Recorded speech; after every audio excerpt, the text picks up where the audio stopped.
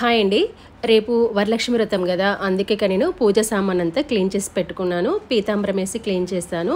ఈ పెద్ద ప్రమిదలు, తర్వాత ఈ రాగి చెంబు, గ్లాసు, మంగళహారతి ఇవన్నీ క్లీన్ చేసి పెట్టుకున్నాను అనమాట పీతాంబరం వేసి. ఈ ప్లేటు 3 బౌల్స్ ఉన్నాయి కదా, ఇది కొంచెం ప్రసాదం అట్లా పెడితే బాగుంటుందని చెప్పేసి డీమార్ట్లో తీసుకున్నాను. అది మీ చాయిస్ అనమాట. అయితే ఇక్కడ దేవుడి ప్రతిమ ఉంది చూసారా, అది నేను పెట్టద్దు అనుకుంటున్నాను. ఎందుకంటే ఆ దేవుడి ప్రతిమ తీసి మళ్ళీ మనము చీర కడితే కలశం అనేది సపరేట్గా పెట్టాలంట. కలశంకి అంటే దేవుడి ప్రతిమ పెట్టద్దు అని అంటున్నారు.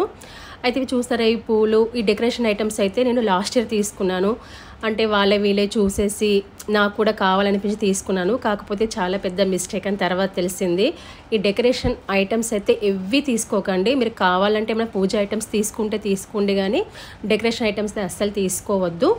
ఇక్కడ పూజ సామాన్ ఏంటంటే మామూలుగా మనకి ప్రమిదలు, మంగళహారతి, మనకి పసుపు కుంకుమ లేదా ప్రసాదాలు పెట్టడానికి ఏమైనా ఉంటే కనుక అలా తీసేసుకోండి. నేనైతే ఈ పసుపు కుంకుమ ఇలా తీసుకున్నాను, ఎందుకంటే నేనున్న సైడు చిన్న చిన్న ప్యాకెట్లు దొరకలేదు. మీరు కావాలంటే ప్యాకెట్లు ఉంటే ప్యాకెట్ తీసుకోండి, లేకపోతే ఇలా ఉంటే తీసేసుకోండి. కాకపోతే డెకరేషన్ ఐటమ్స్ అని చెప్పేసి వాళ్ళు వీళ్ళు పెట్టారని చెప్పేసి ఒకరి కోసం మాత్రమే మీరు అస్సలు చేయకండి. భక్తితో శ్రద్ధతో చేయండి, ఉన్న దాంట్లోనే చేయండి. అంతేగాని ప్రతిమ పెట్టాలి, శారీ కట్టాలి అని చెప్పేసి అనుకోవద్దు. మీరు ఒక ఫోటో పెట్టినా చాలు. కలశం ఆనవాయితీ లేకపోతే పెట్టకండి.